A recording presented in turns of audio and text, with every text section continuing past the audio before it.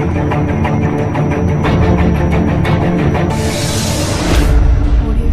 morning everyone. எல்லாருக்கும் வணக்கம். இன்னைக்கு நம்ம UPSC beginner series பார்க்க போறோம். UPSC beginner series ஓட வீடியோ அப்படினாலே உங்க எல்லாருக்கும் மோஸ்ட்லி தெரிஞ்சிருக்கும். UPSC அப்படினா எனக்கு கொஞ்சம் ஐடியா இருக்கு. ஆனா எனக்கு எப்படி ப்ரிப்பேர் பண்ணனும்ன்ற வந்து full detail எனக்கு தெரியல அப்படினாலும் இல்ல UPSC வந்து ப்ரிப்பேர் பண்ணனும் அப்படினு எனக்கு இன்ட்ரஸ்ட் இருக்கு. ஆனா எங்க ஸ்டார்ட் பண்றது அப்படிங்கற queriesலாம் உங்களுக்கு இருக்கும். இது எல்லாத்தையுமே வந்து கிளியர் பண்றதுக்காக தான் நம்ம சென்னை ஐஎஸ் அகாடமில இருந்து இந்த வீடியோ சீரிஸ் உங்களுக்கு கொடுக்கிறோம். சோ UPSC beginner series இந்த சீரிஸ்ல என்ன அப்படினா all kind of video you need அதை வந்து நான் உங்களுக்கு ப்ரொவைட் பண்றோம். இன்னைக்கு நம்ம பார்க்க போறது இந்த சீரிஸோட 5th video books for UPSC suggested by toppers. yes ஏன் அப்படின்னா ஆல்ரெடி நம்ம NCERT'S அப்படின்னா என்ன அப்படின்றத பார்த்துட்டோம். NCRT எந்த அளவுக்கு முக்கியம், அதை எப்படியெல்லாம் படிக்கணும் அப்படின்றதும் வந்து நம்ம கொடுத்துருக்கோம். Stages of reading, stages of notes making அப்படின்றதையும் வந்து தனி வீடியோ நம்ம அப்லோட் பண்ணியிருக்கோம். அது மட்டும் இல்லாமல் list of NCRT for UPSC ப்ரிலிம்ஸ்க்காகட்டும் மெயின்ஸ்க்காகட்டும் ரொம்ப இம்பார்ட்டண்டான NCRT புக் எது, அது மட்டும் இல்லாமல் what is the least important NCRT book ஆனாலும் அதை வந்து நம்ம படிக்கணும் அப்படின்றதையும் எதெல்லாம் நம்ம படிக்காமல் ஒமிட் பண்ணலாம் அப்படின்றது பத்தியும் எல்லாமே பேசியிருக்கோம். ஸோ கிட்டத்தட்ட இந்த 4 வீடியோஸோட லிங்க் வந்து நான் கீழே டிஸ்கிரிப்ஷனில் கொடுக்குறேன். இந்த வீடியோவில் பார்க்காதவங்க அந்த வீடியோஸ் பார்த்துட்டு தென் இதுக்கு வாங்க, பிகாஸ் பேசிக் அப்படின்றது ரொம்ப முக்கியம். Okay fine. இன்னைக்கு நம்ம வீடியோவில் என்ன பார்க்க போகிறோம்னா list of standard books for UPSC. Okay, NCRT பற்றி நீங்கள் நிறைய பேசிட்டீங்க, இப்போ ஸ்டாண்டர்ட் புக் பற்றி பேசுறீங்க. இது என்னதான் இஷ்யூ அப்படின்னா இதுதான்.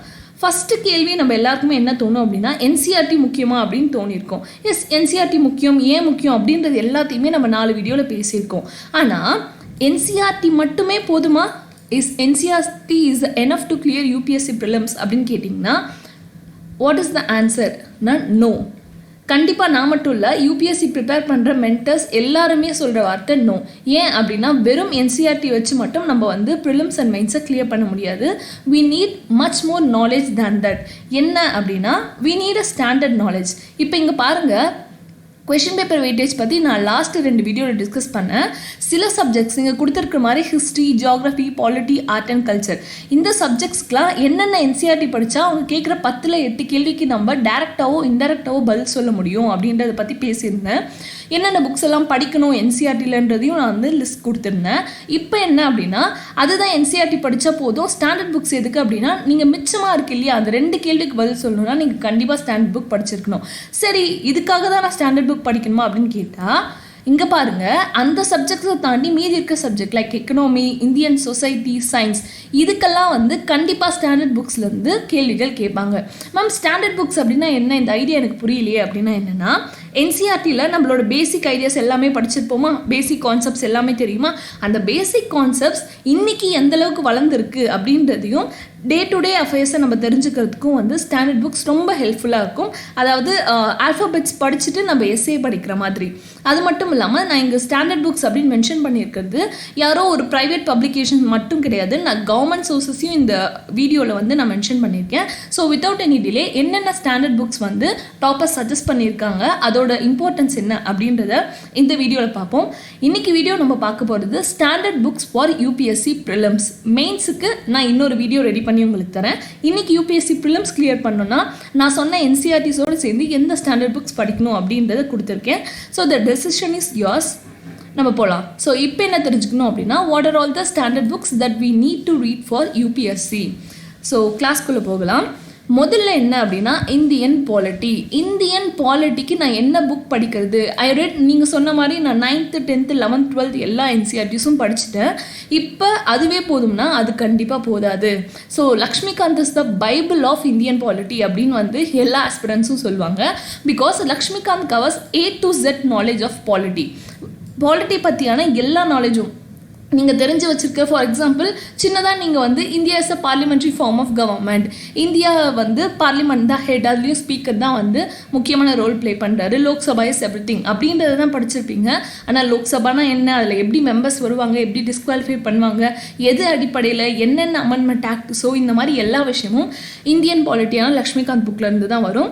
I can assure you Laxmikanth book தவிர அது மட்டும் இல்லாமல் பேசிக் NCERT's தவிர வேறு எந்த புக்கையுமே வந்து நீங்கள் ப்ரிலிம்ஸ்க்கு அதுவும் பாலிட்டிக்கு ரெஃபர் பண்ண தேவையில்லை. This is more then enough அப்படின்னு நான் சொல்வேன். அதே மாதிரி அடுத்து ஆர்ட் அண்ட் கல்ச்சர் பார்க்க போகிறோம். ஆர்ட் அண்ட் கல்ச்சருக்கு என்ன ஸ்டாண்டர்ட் புக் வேணும் அப்படின்னு கேட்டிங்கன்னா, நம்ம ஆல்ரெடி வந்து 11th NCERT'S பற்றி நான் பேசியிருப்பேன், அதோட முக்கியத்துவம் பற்றியும் சொல்லியிருப்பேன்.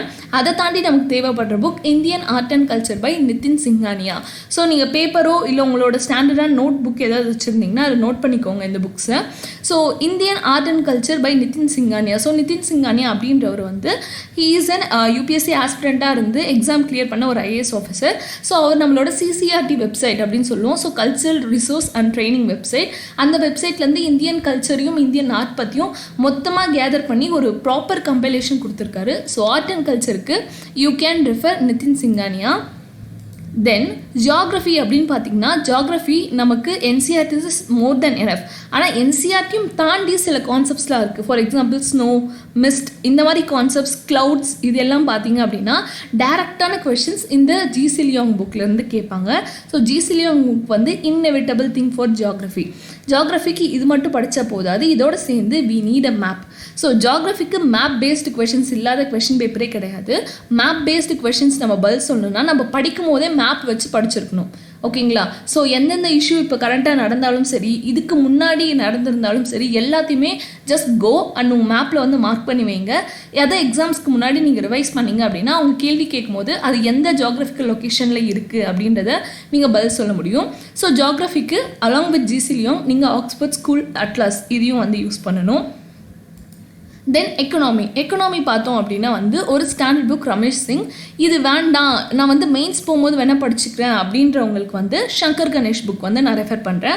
ஸோ சங்கர் கணேஷ் புக் அப்படின்றது வந்து மோஸ்ட்லி ரொம்ப பேசிக்காக எக்கனாமி வந்து தெரியல அப்படின்னு ஸ்டார்ட் பண்ணுறவங்க கண்டிப்பாக அதை ஃபாலோ பண்ணுங்கள். ப்ரிலிம்ஸ்க்கு நீங்கள் அதை பண்ணலாம்.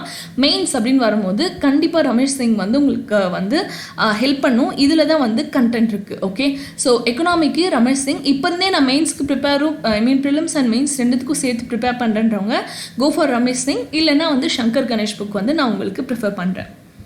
தென் எக்கனாமியில் பார்த்தீங்கன்னா நான் சொன்ன மாதிரி ஸ்டாண்டர்ட் புக் அப்படின்றது ப்ரைவேட் புக்ஸ் மட்டும் கிடையாது. It includes the government reports. So government ரிப்போர்ட்டில் பார்த்தீங்கன்னா எக்கனாமிக் சர்வே அப்படின்னா என்னென்னா, போன வருஷம் ஃபுல்லாக என்னெல்லாம் நடந்தது எக்கனாமிக்கில் அப்படின்றத வந்து ஒரு சர்வே ரெடி பண்ணி பட்ஜெட்டுக்கு முன்னாடி நாள் தாக்கல் பண்ணுவாங்க சீஃப் எக்கனாமிக் அட்வைசர்.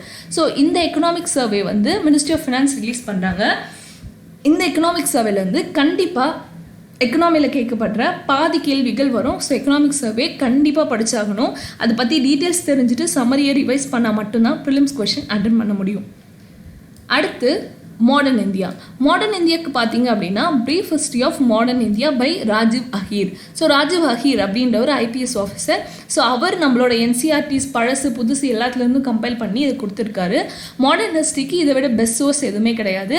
இது ரொம்ப ஹேண்டியாகவும் இருக்கும் இந்த புக். அதே மாதிரி இது இருக்க கண்டென்ட்டை வந்து நீங்கள் திரும்ப NCERT படிச்சுட்டு அதை நீங்கள் ரெஃபர் பண்ணிங்கனாலே போதும். ஓரளவு வந்து கான்செப்ட்ஸ் எல்லாமே கிளியர் ஆயிரும். இதே மாதிரி இதை வச்சே மெயின்ஸ்க்கு வந்து ஆன்சர்ஸும் வந்து நம்ம ப்ரிப்பேர் பண்ணலாம். ஸோ மாடர்ன் ஹிஸ்ட்ரிக்கு இந்த புக் சஜஸ்ட் பண்ணுறேன். இப்போ என்ன கேள்வி அப்படின்னா, இதெல்லாம் okay ma'am, what about environment அப்படின்னா, என்விரான்மெண்ட் அப்படின்றது வந்து பயாலஜியில் நான் என்விரான்மெண்ட் சாப்டர்ஸ் பற்றி சொல்லியிருப்பேன். அதை நீங்கள் படிச்சிங்கனாலே போதும். அதை தவிர வர கேள்விகள் கரண்ட் அஃபேர்ஸ்லேருந்து வரும். அடுத்து ஏன்ஷியன்ட் அண்ட் மிடிவல் இந்தியாவுக்கு NCERT's is more than sufficient. Then science and technology பற்றி சொல்லவே இல்லையே அப்படின்னு கேட்டிங்கன்னா, science and technology is completely based on current affairs. So current அஃபேர்ஸில் எதை பற்றி பேசுகிறாங்க அப்படின்ற அந்த டெக்னாலஜிக்கல் டேர்ம்ஸ் எல்லாத்தையுமே நீங்கள் நியூஸ் பேப்பரில் வந்து ப்ரிப்பேர் பண்ணிங்கனாலே போதும். You don't need to go for any other thing. So இவ்வளோ தான் இதோட நம்மளோட NCERT சீரிஸ் முடிச்சு ஸ்டாண்டர்ட் புக் ஃபார் ப்ரிலிம்ஸ் முடிச்சிட்டோம். அடுத்த வீடியோவில் standard book for UPSC mains அப்படின்றத வந்து நான் உங்களுக்கு சொல்கிறேன்.